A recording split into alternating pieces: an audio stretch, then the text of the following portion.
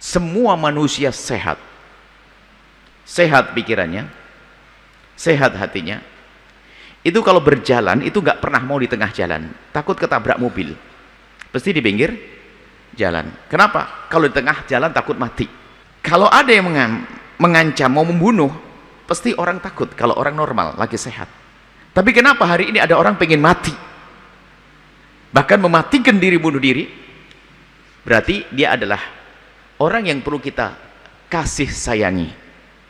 Artinya dia lagi sakit, lagi sakit. Sakit macam-macam. Kalau kita sakit imannya bisa, sakit mentalnya bisa. Nah, maka dari itu kita perlu mencoba, pengen tahu apa sih yang menjadikan sebab orang terjatuh di dalam sesuatu yang menyeramkan itu, bunuh diri, bunuh anak dan seterusnya. Serigala saja itu tidak ada serigala membunuh anaknya sendiri. Mana ada anjing membunuh anaknya sendiri? Tidak ada. Mana ada induk ayam membunuh anak sendiri? Tidak ada. Binatang pun tidak. Fitrah keibuannya itu menjaga. Tapi kalau sampai ada seorang membunuh anaknya, tentu ada yang bermasalah di dalam diri ibu tersebut, mungkin mentalnya. Sehingga nasihat kami adalah tidak cukup kita harus menjaga kesehatan jasad kita, kita perlu menjaga kesehatan mental kita. Mungkin selama ini para ulama membahas jaga imanmu, iya, iman dijaga, menjaga iman dengan banyak belajar dan sebagainya. Akan tapi hempasan, liku-liku hidup, permasalahan ini halus sekali menerpa, menghantam mental kita setiap hari. Dan memang dengan kekuatan iman, dia akan punya kekebalan, semua akan jadi beres. Tapi iman seseorang kan berubah-ubah, sesaat lemah dan sebagainya. Maka yang perlu kami hadirkan saat ini, jika Anda, siapapun Anda, menemukan diri Anda capek urusan mental Anda, pikiran, sehingga mengarah kepada keputusasaan, atau menjadikan obrolan Anda sudah tidak stabil, kepada suami suka marah-marah, pada istri suka marah-marah, nggak jelas dan sebagainya.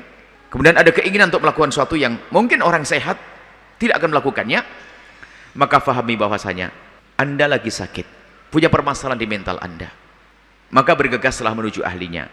Maka kami ingatkan semuanya untuk menyadari bahwa Anda itu bukan sekedar hidup dengan jasad Anda, dan juga tidak hanya dengan hati Anda, tapi ada dalam diri Anda, ada mental, pikiran Anda. Sehingga ada orang kalau permasalahan mentalnya ini dibiarkan, maka sesungguhnya dia akan cari petaka buat dirinya dan orang lain. Sehingga kalau Anda mulai benturan terlalu kuat dan sebagainya, dan Anda merasakan ini, segera Anda cari obat, petunjuk seorang psikolog, Anda ngobrol dengan beliau agar Anda diberikan solusi bagaimana Anda membebaskan daripada beban ini. Tidak boleh Anda biarkan. Anda harus cerdas dalam hal ini. Maka kami himbau juga kepada semua yang punya ilmu tentang ilmu mental ini, Anda harus dermawan deh dengan mereka-mereka yang lagi sakit. Hari ini permasalahan mental ini luar biasa. Dan permasalahan mental ini banyak faktor, banyak sebab. Di antaranya mental kita menjadi lemah itu karena apa? Kita dengan kekuatan, dengan kemampuan otak di dalam menampung, memikirkan, ini terlalu banyak yang kita dengar, yang kita lihat, sehingga menjadikan orang nggak stabil lagi. Media sosial hari ini kita melihat bermacam-macam. Dulu kan nggak pernah, kita paling lihat ayam kita bertelur, netes, besok ada kupu-kupu terbang dan sebagainya, ada ulat, selesai. Hari ini macam-macam dilihat. Wah, dan kita sering pancing emosi kita. Wah, ada kejahatan. Terus tiap hari begini.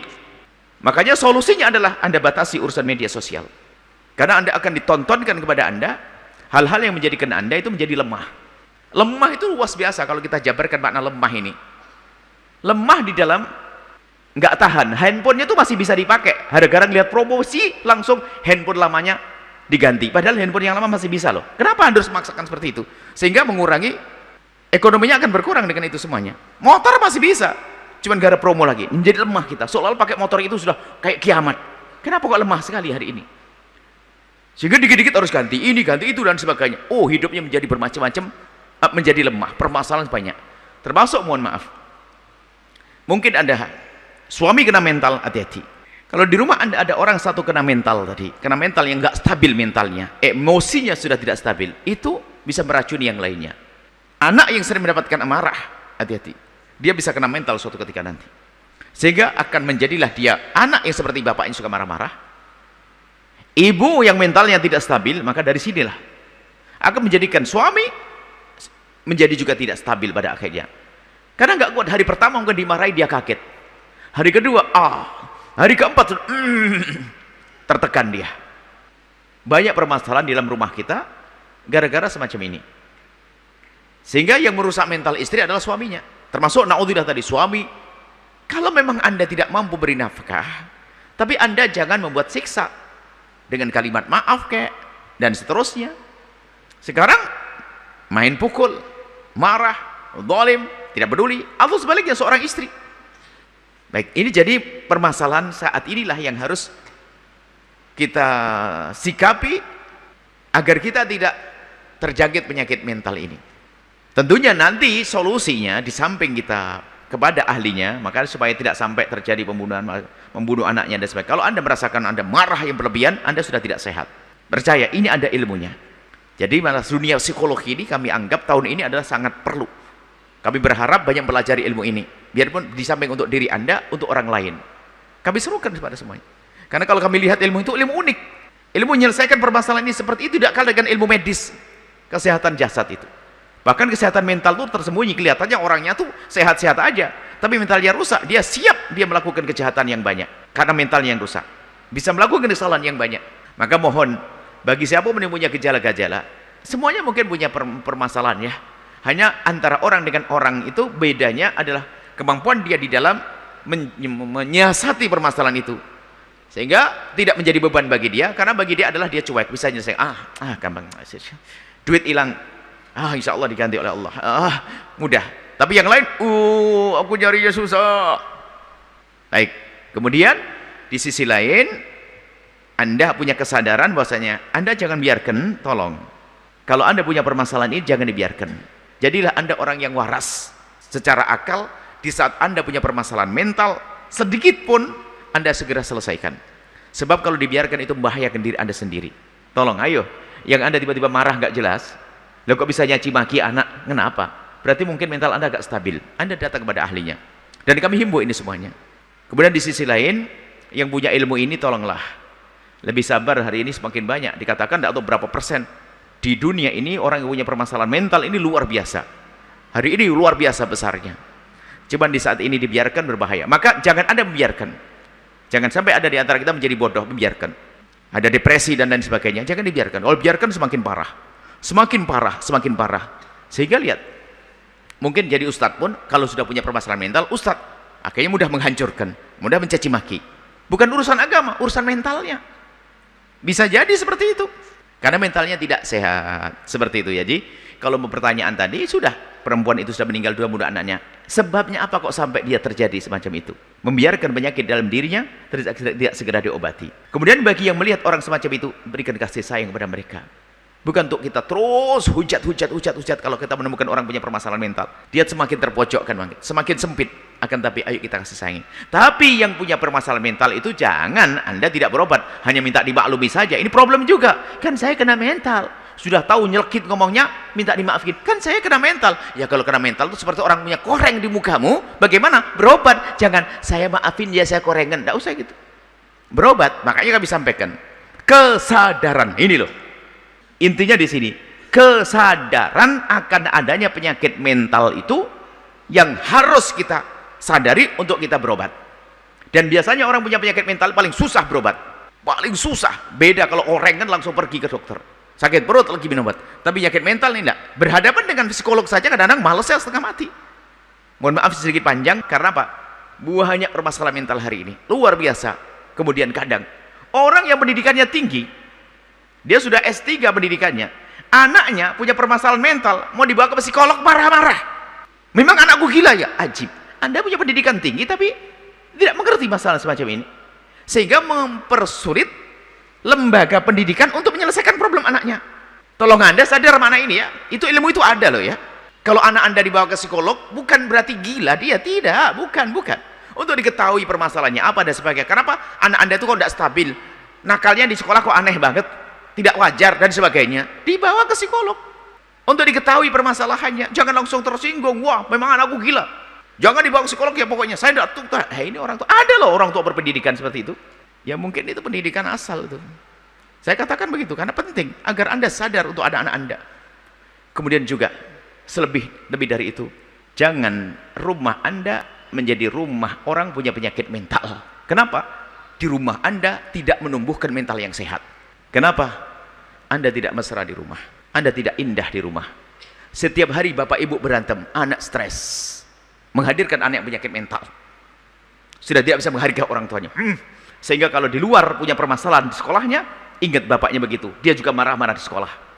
Maka kami gambarkan kalau seandainya seorang suami istri dengan kemesraannya, dengan keindahannya, seorang anak membuka pintu kamarnya, kemudian lihat ibunya sama ayahnya di meja makan, cubit-cubitan, suap-suapan. Sang anak kembali ke kamar memejamkan matanya. Bersama pejaman matanya masuk ke dalam diri sang anak bermacam-macam kekaguman kepada ayah ibunya, penghormatan kepada ayah ibunya, kepatuhan kepada ayah ibunya. Dia nggak bisa membanggang kepada ayahnya, pasti ibu marah kok. Penghormatan dan seterusnya, kepatuhan. Apalagi melihat saat ibunya diingat oleh suaminya, ibunya diingat oleh ayahnya. Mama, Umi, sayang, gini, jangan gini, jangan melakukan itu. Langsung sang istri mengatakan, ayah, makasih, masya Allah diingatkan. Begitu juga sang ayah, di saat diingatkan sang istri begitu, sang anak melihat, oh, kalau aku diingatkan, aku harus seperti itu. Nggak mungkin saya membangkang. Lah kenapa seorang anak diingatkan oleh ayahnya marah? Kenapa kemarin ibunya di saat diingatkan oleh suaminya marah kok? Ya harus begitu dong. Berarti kita yang merusak rumah kita, mohon maaf. Jadi permasalahan besar dari kita orang tua. Anak nakal di sekolah itu, lihat, jangan buru-buru. Kenapa dia seperti itu? Jangan salahkan lingkungannya dulu. Dia tumbuh dalam keluarga yang suka berantem, keluarga bodoh. Mohon maaf saya sampaikan ini. Anda cerdas semuanya. Nah, nanti kalau pertanyaannya seperti itu, jawabannya panjang sekali. Jawabannya adalah sadar bahwasanya bukan permasalahan orang yang sudah membunuh anaknya, lalu dia bunuh diri. Bukan itu. Ini masih banyak calon-calon pelaku seperti itu. Kalau mentalnya tidak sehat. Cukup sampai di sini. Insya Allah nanti ada satu diskusi khusus tentang bagaimana agar sehat mental ya. Maka tadi kuncinya sederhana, rumah Anda rumah yang indah ya. Tolong rumah yang mesra, sang anak jangan melihat orang tua cekcok, seorang anak melihat bapak ibunya saling menghargai, maka menghargai. Kalau seorang anak setiap hari melihat bapak ibunya berantem, keluar dari kamarnya melihat bapak ibunya berantem, langsung lanjutkan sampai pagi. Ya. Dendam, marah, benci, tidak mau dengar orang tuanya. Mentalnya rusak itu sang anak. Permasalahan masyarakat itu tanggung jawab bersama. Jangan setiap ada kesalahan hanya pemerintah saja, kita juga punya tanggung jawab menyelesaikan kok. Kalau seandainya semuanya punya kesadaran kan cakep, pemerintah punya kesadaran, iya. Bagaimana menyelesaikan problem mental ini? Kita juga, diri kita. Jawaban kita kepada yang dekat saja. Ini kan seperti orang meninggalkan sholat. Kalau urusan meninggalkan sholat, jangan bagaimana peran pemerintah. Kalau hukum Islam kan bagaimana? Sudahlah. Jangan nunggu pemerintah. Sholat itu kan rumahmu sendiri. Anak-anakmu, istri semuanya nggak sholat, itu saja. Saya mulai dari pengobatan yang paling cepat.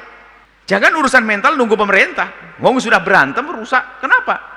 Harmonis saja nunggu pemerintah. Kemesraan harus nunggu pemerintah yang anjurkan. Ngapain? Ya tentu pemerintah namanya ngayomi, harus dong lihat permasalahan umat. Permasalahan umat macam-macam. Ya termasuk di antara permasalahan mental ya tanggung jawab pemerintah juga, tanggung jawab kita bersama. Dalam segala permasalahan tolong jangan biasa melimpahkan kepada orang lain. Akan tapi koreksi, jangan-jangan aku yang telah membuat kesalahan. Itu paling cakep. Jika rumahmu tidak benar, tidak baik, jangan salahkan tetanggamu. Kalaupun ada sebab tentu, ya nanti diselesaikan. Misalnya pemerintah nggak peduli dan sebagainya. Tapi di saat pemerintah belum peduli bukan berarti kerusakan tetap berjalan, enggak dong. Jangan sampai kita terlena. Nggak usah nunggu pemerintah dong. Hari ini sudah kita benahi begini ya. Kalau ini semua yang dengar lalu sampai di rumah sadar, nggak marah-marah lagi sama suami, nggak marah sama istri, anak tubuh baik, selesai kok. Nggak usah nunggu pemerintah ada komando. Kelamaan itu nanti ya. Gitu. Kita pengen baik semuanya selesai. Tentu pemerintah adalah tanggung jawab kepada semua yang terjadi di negeri ini. Jika mereka mungkin melakukan lalu tidak melakukan, dosa mereka. Mereka yang bisa melakukan tidak melakukan dosa, itu masalah pemerintah. Jadi maksud kami adalah kalau memang di hadapan kita permasalahan dan kita punya tanggung jawab untuk menyelesaikan, tidak usah nunggu orang lain dong. Saya pengen dapat pahala, saya pengen selamat, anak saya pengen selamat, keluarga selamat. Jangan dikit-dikit mengandalkan pemerintah juga. Hari ini loh, saat ini di rumahku. Bukan masalah psikologi saja, dalam dunia dakwah dan sebagainya. Kadang-kadang kita harus punya pemerintahan yang ini untuk menegakkan kebenaran di masyarakat. Nggak usah ribut-ribut. Di rumahmu dulu tegakkan kebenaran, baru nanti ngomong di sana. Kita mulai dari yang mungkin bisa. Jangan sampai sebelum adanya negara yang mendukung lalu rumah kita rusak. Ya enggak dong. Biarpun setelah itu kita akan bicara, wahai pemerintah, kami himbau kepada pemerintah, mulai dari presiden dan lainnya, ayo lebih peduli kepada permasalahan-permasalahan ini dengan mencermati sebabnya apa, akibatnya apa, solusinya apa, kan begitu. Pemerintah sangat mampu untuk bisa mendatangkan ahlinya, mencermati permasalahan dengan benar karena punya dana, punya orang, punya kampus, waduh luar biasa, mudah. Tentunya seruan ini harus kami sampaikan. Maka di hadapan kami adalah bukan pemerintah, Anda semuanya. Maka Anda dulu yang kami seru. Baru setelah itu oke, pemerintah tolong. Permasalahan mental ini membahayakan umat. Orang yang mentalnya nggak stabil, ini kalau jadi presiden, gubernur, jadi DPR ya tetap merusak nanti karena mentalnya tidak stabil. Harus sehat mental, kemudian nanti sehat hati, sehat jasad, sehat lahir batin insyaallah.